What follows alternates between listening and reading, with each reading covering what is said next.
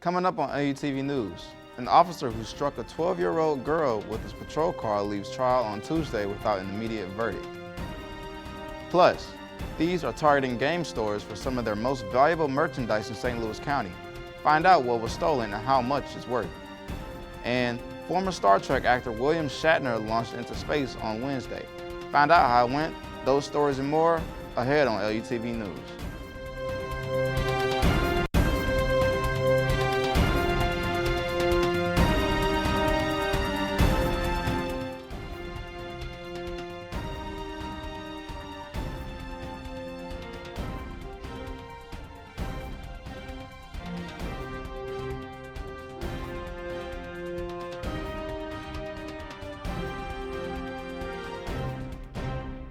Welcome to this edition of LUTV News. I'm Josh Robinson. A woman is dead after a hit-and-run incident Wednesday morning in St. Louis. Police say the woman was found at the 2800 block of North Grand Boulevard just before 6 a.m. The police say she was hit by a red pickup truck that drove off after the incident. The woman died at the scene. Her name has not been released. The city's accident reconstruction team is investigating the case. The Afton School District is dealing with their third lockdown in a week. Afton High School went into a school lockdown around 8 Wednesday morning. This incident was due to a threat written in the bathroom on campus. The district says students and employees are safe, and St. Louis County Police secured the school. Police says parents not to come onto campus. The other two lockdowns occurred at Rogers Middle School Tuesday morning and again last Wednesday. The incident is currently under investigation. A former St. Louis County police officer is charged with second-degree involuntary manslaughter after fatally hitting a 12-year-old girl in his patrol car. 27-year-old Preston Marquardt was going almost double the speed limit in the 30 miles per hour zone at the time of that incident back in October 2019. Prosecutors say Marquardt should have had his sirens or lights on during the high-speed pursuit near the 8900 block of Halls Ferry Road in North St. Louis City. Marquardt is facing up to 4 years in prison if convicted. A string of robberies have left some gaming store owners without some of their most valuable items. Police responded to three stores that were broken into on Monday. Authorities say Realms of Gaming in Troy, Illinois lost about $100,000 worth of Magic the Gathering trading cards. They say Game and Night in Marlboro reportedly lost many graphic card packs, and Yeti Gaming in Crestwood lost over 200 Pokemon trading cards worth $10 to $400 each. Police say the thief broke the glass doors and glass display cases that held the desired items and ignored the cash registers. The owners report that the thief, quote, knew what he wanted. The robberies are still under investigation. The Fort Zumwalt Board of Education is lifting a school mask mandate. The board voted in favor of lifting the mandate on Tuesday.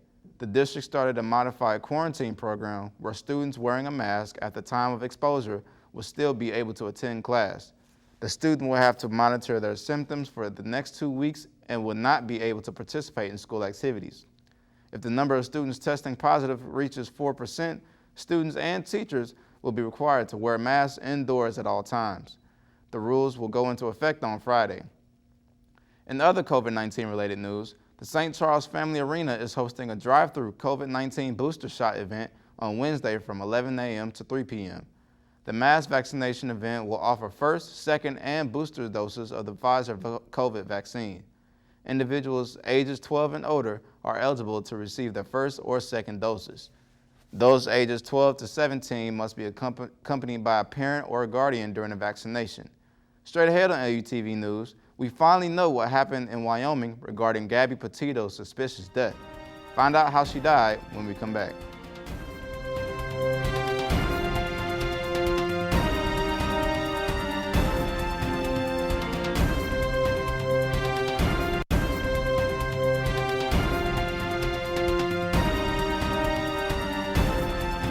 When I was in foster care, I never knew when I would have to move. So I always had my suitcase ready to go. Then one day I was adopted. My new parents opened their hearts and home to me. My parents cook my favorite breakfast for me every morning. My parents take me on trips I never thought I would go on. They gave me a home and an even better reason to use that suitcase. My parents aren't perfect, but they're perfect for me. I'm Jenny Garth, and as a mother of 3, I know kids worry about a lot of things. Getting enough food to eat shouldn't be one of them. But here in America, that is a real worry for 1 in 5 children. Even though we are one of the most food-rich countries in the world, 15 million children don't know where their next meal is coming from. This is unacceptable, and something the Feeding America nationwide network of food banks is working to solve. Instead of accepting that our country lets billions of pounds of surplus food go to waste every year, Feeding America has made it their mission to help families in need by rescuing this food. Through food pantries and meal programs, the nationwide network of food banks provides more than 3 billion meals, serving virtually every community in the United States, including yours. Join me in supporting Feeding America and your local food bank by visiting feedingamerica.org. Together, we can solve hunger. Together, we're Feeding America. What do you think you're doing, Kevin? Was just gonna drive home. There are several warning signs present that you shouldn't be driving. Like hearing voices? Like your text-to-emoji ratio? Oh man, the selfies. Selfie, nailed it. We all have warning signs that let us know that we're probably not okay to drive. Mine is pretending to be your subconscious. Craig, come on man, let's split a ride home.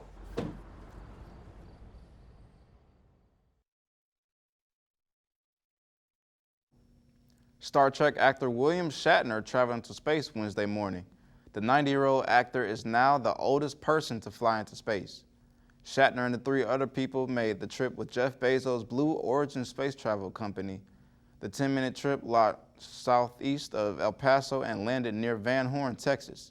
Shatner says, "It looks like there's a great deal of curiosity about this fictional character, Captain Kirk, going into space. So let's go along with it and enjoy the ride." Shatner has famously played Captain Kirk in the original Star Trek series. The capsule landed safely at about 11 on Wednesday morning. The United States is looking to reopen our borders for fully vaccinated travelers in November. Travelers who provide proof of vaccination will be granted access regardless of essential versus non-essential travel. Officials will give extra time to those who were never banned from traveling across the land border, such as commercial drivers and students.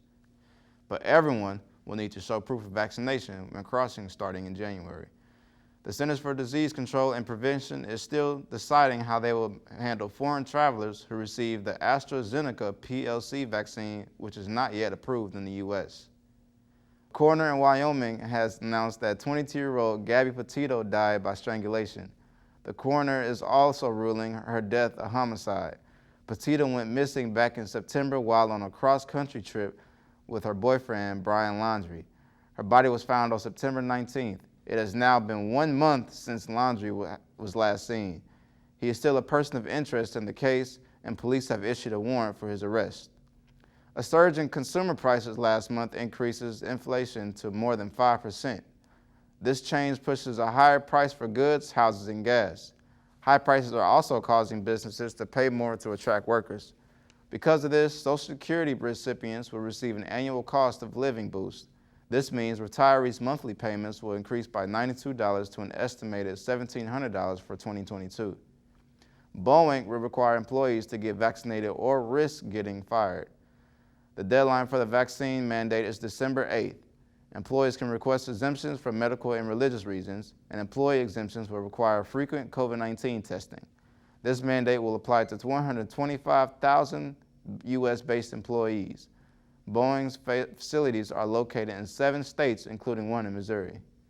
The Food and Drug Administration issued guidance that aims to cut the salt intake in food over the next 2 years. The FDA made the announcement Wednesday. It is set to cover a variety of food items from chain restaurant meals to baby food. The FDA's goal is to reduce the rate of heart disease, which is the #1 killer in America. FDA commissioners say, quote, "Reducing sodium in the diet ultimately would have a major impact on hypertension, heart disease, and stroke." Current health guidelines advise adults to consume less than 2,300 milligrams of sodium per day. That equals about 1 tablespoon of salt. The FDA says the average adult currently consumes 3,400 milligrams of sodium every day. We aren't clear from the rain just yet, but we're in store for a beautiful weekend. More on that when we come back.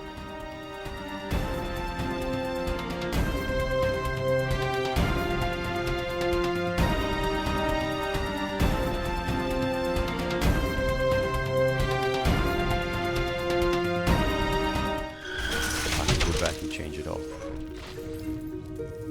I would. I think I'm gonna miss you the most. Sorry. So sorry. So sorry. Maybe it's just a little moment.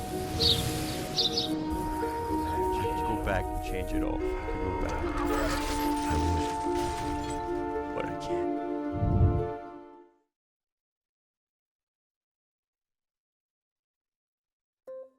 Here are your AARP top tips on caregiver preparedness during coronavirus. First, form a caregiving team. Create a list of people in your family and friend network who can help with caregiving tasks. Take an inventory of supplies in your loved one's home. Try to have a 2-week supply of essential items.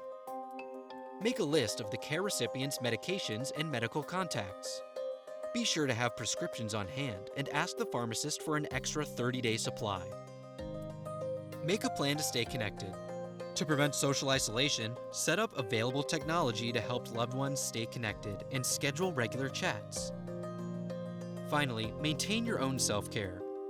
Follow the Centers for Disease Control's guidelines for coronavirus safety.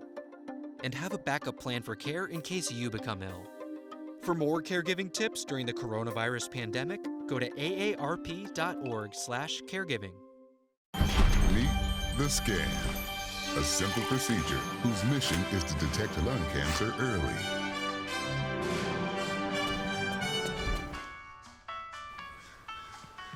I'm here to save you! But I feel fine. That's great, but you may still be at high risk for lung cancer. Oh man, that's a new fence. If you smoke, early detection could save your life. Learn more at savedbythescan.org. We aren't free from the rain just yet. In fact, it might be a few days until we're free from all that rain. More rain is expected to fall over the next couple of days, mainly stringing down in the south from parts of Texas and Oklahoma. This storm system is already covering most of Missouri, and it won't be long until it reaches us here in St. Charles. When this rain comes, one thing you'll begin to notice is a significant drop in temperature, so make sure you dress accordingly if you have anything to do outdoors. Speaking of temperature drops, snow is still present in the northwest. The snow system that was building on Monday is now traveling to parts of North and South Dakota and is still covering a good portion of Montana. Taking a look at how things stand here in St. Charles, it is currently 76 degrees with clouds covering most of the area. Crossing the river over to St. Louis, it's not much different, 77 degrees with lots of cloud coverage. And it's the same story in Maryland Heights with 78 degrees and lots of clouds in the area. Crossing the river again into St. Peters and O'Fallon, it's pretty much the same story, 77 degrees with cloudy skies. The clouds will loom from the meantime, but come around 10 o'clock Wednesday night, the rain will begin to fall in most areas and won't stop for a couple of days. Moving on to what's in store for the rest of the week, a good amount of rain and some sun to wrap up the weekend. On Wednesday, we'll have highs in the low 80s at around 81. We won't see much rain on Wednesday until about 10 o'clock at night, dipping down to the low mid-60s. Thursday will be a gloomy day indeed, but it will also be much cooler than Wednesday. Scattered storms are expected throughout the day, with 68 degrees being the high, and the rain will continue overnight, bringing the low down to the high 50s. It won't be much different on Friday, as rain will continue for most of Friday, with the high reaching only 65, and the rain should stop overnight, as the low drops to around 54 degrees. The sun will shine once again on Saturday, and it's going to be beautiful outside, highs in the low 60s, little clouds in the skies, and overnight the lows will dip down to the low 40s, and some areas may even be in the 30s. Wrapping up the weekend on Sunday, it's going to be another beautiful day, high of 70 degrees, sunny skies will remain throughout the day. Clear skies are expected overnight, with lows dipping to around 47 degrees. Luckily for us, the rain will wrap up just in time for those of us with weekend plans. Perfect time to get outside and enjoy a nice breath of fresh air, but it'll be colder outside, so make sure you dress accordingly. I'm Jonathan Camp for LUTV News. A local restaurant in St. Louis recently made the New York Times list of the top 50 most exciting restaurants in the country. It's called Little Fox. The eatery opened in Fox Park just a few months before the coronavirus pandemic. After opening back up for dining last spring, it impressed the New York Times food desk and was put on the list. The restaurant offers a local neighborhood dining experience. They say they showcase a variety of foods from Missouri on its menu, from mushrooms and fried artichokes to local draft beers. The hockey season is underway, but who will the Blues face off against first? We'll preview the opener when we get back.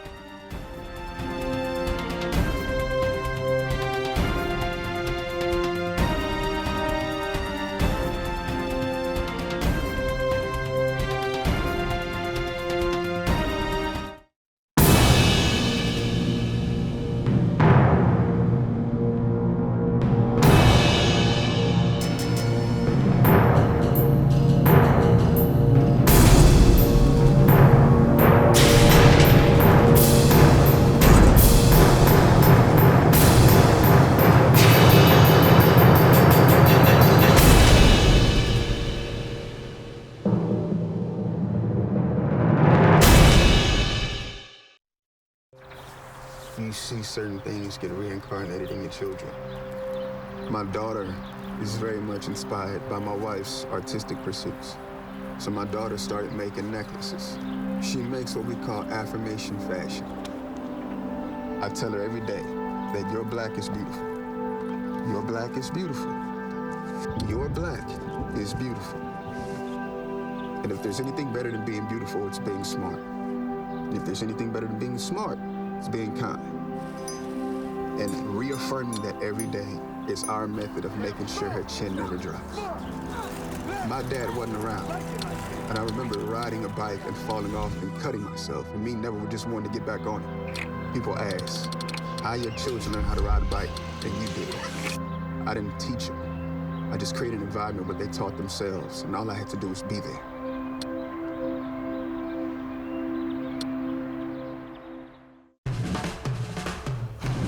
When you adopt a shelter pet, you discover their unique mix of all kinds of traits. Where'd Wiley go? Where's Wiley? Ah, there she is. Pa? Do you remember being an ancient wolf? Do you ever feel the call of the wild? You're a renegade cop, and I'm a con woman with nothing to prove. But together, we could really solve this murder. They're a little bit of a lot of things. But all of them are pure love.